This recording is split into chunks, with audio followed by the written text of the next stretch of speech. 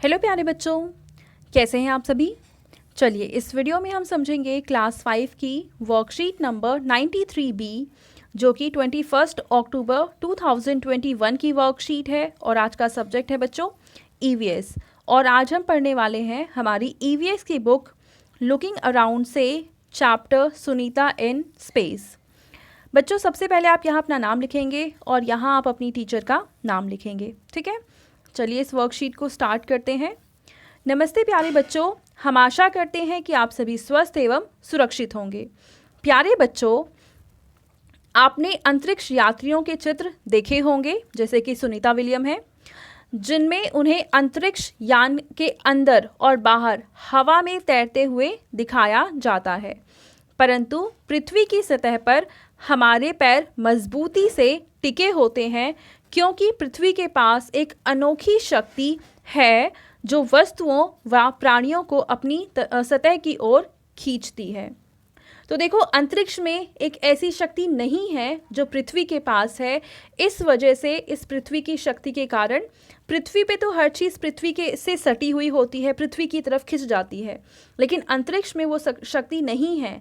इस कारण अंतरिक्ष में जो भी मनुष्य जाता है वो तैरता हुआ नजर आता है, ठीक है।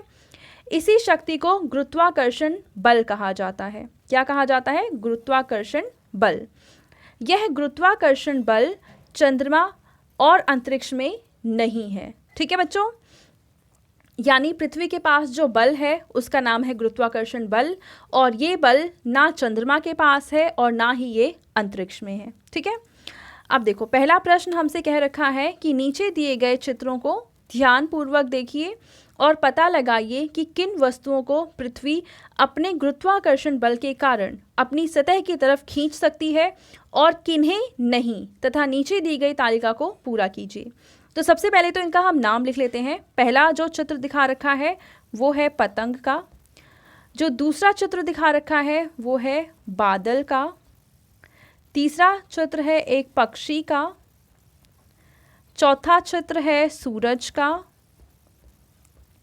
उसके बाद पांचवा है चांद, ठीक है, उसके बाद है तितली, ठीक है। अब इनमें से जो पहला कॉलम दे रखा है कि वस्तुएं जिन्हें पृथ्वी अपनी ओर खींच सकती है, तो पतंग पृथ्वी पे आके गिरती है, हमें पता है। इसके बाद पक्षी भी पृथ्वी पे आ जाता है, पृथ्वी पक्षी को भी खींच सकती है। इसके अलावा तितली को भी, जो पृथ्वी का बल है तितली पर लगता है और तितली ज़मीन पे आ जाती है। लेकिन जो दूसरा कॉलम है कि वस्तुएं जिन्हें पृथ्वी अपनी ओर नहीं खींच पा सकती है, वो कौन कौन से हैं? एक तो है बादल, क्योंकि बादल आपने देखा है क्या कि कभी ज़मीन पर आ गया है, तो एक है बादल, दूसरा है सूरज, और इसके अलावा एक और है चांद, ठीक है। इन पे कभी भी गुरुत्वाकर्षण के बल के कारण ये चीज़ें ज़मीन तक नहीं आती हैं, ठीक है बच्चों। तो इस तरीके से पहला प्रश्न तो हल हो गया।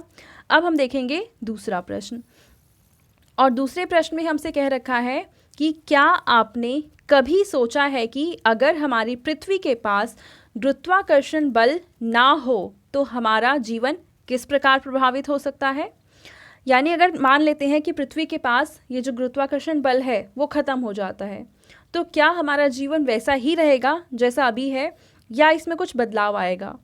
नीचे दिए गए चित्रों को देखकर अंदाज़ा लगाइए और अपने टीचर की सहायता से किन्हीं 5 बिंदुओं को अपनी कॉपी में लिखिए।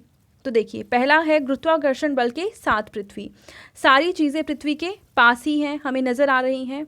और दूसरे चित्र में दिखा रखा है कि गुरुत्वाकर्षण बल के बिना पृथ्वी। तो हम यहाँ पे देख रहे हैं कि क्योंकि पृथ्वी के पास गुरुत्वाकर्षण बल नहीं है, तो जो हम घर बनाएंगे, जो भी सामान होगा, या हम खुद, ये देखो यहाँ पे क्या नज़र आ रहा है कि कहीं और ही जगह पे तैर रहे हैं, सारी चीज़ें पृथ्वी की सतह पर रुके ही नहीं हैं। तो गुरुत्वाकर्षण ना होने के काफ़ी सारे नुकसान हैं, और पृथ्वी पर क्योंकि गुरुत्वाकर्षण बल है तो इसके कई सारे फ़ायदे हैं।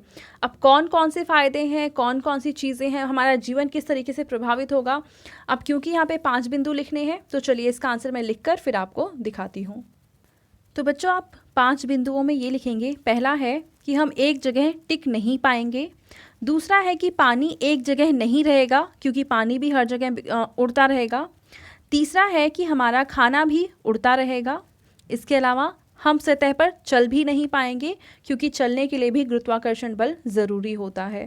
और उसके बाद है बहुत सारी मशीनें काम नहीं कर पाएंगी। ठीक है बच्चों, तो ये सारे पॉइंट्स आप लिख देंगे। चलिए आगे देखते हैं। अब आगे हमें बता रखा है कि प्यारे बच्चों, पृथ्वी के प्रतिरूप ग्लोब पर कुछ कृत्रिम रेखाएं बनाई गई हैं, जैसे कि कर्क रेखा, मकर रेखा और भूमध्य रेखा। देखो, पृथ्वी का अगर एक छोटा सा हम मॉडल बना दें तो उसे हम कहेंगे ग्लोब, और वो कुछ ऐसा गोल सा होता है, और इसके बिल्कुल बीचों बीच में से पास करती है कर्क रेखा, और इसके नीचे की साइड से एक लाइन पास करती है जो कि है मकर रेखा।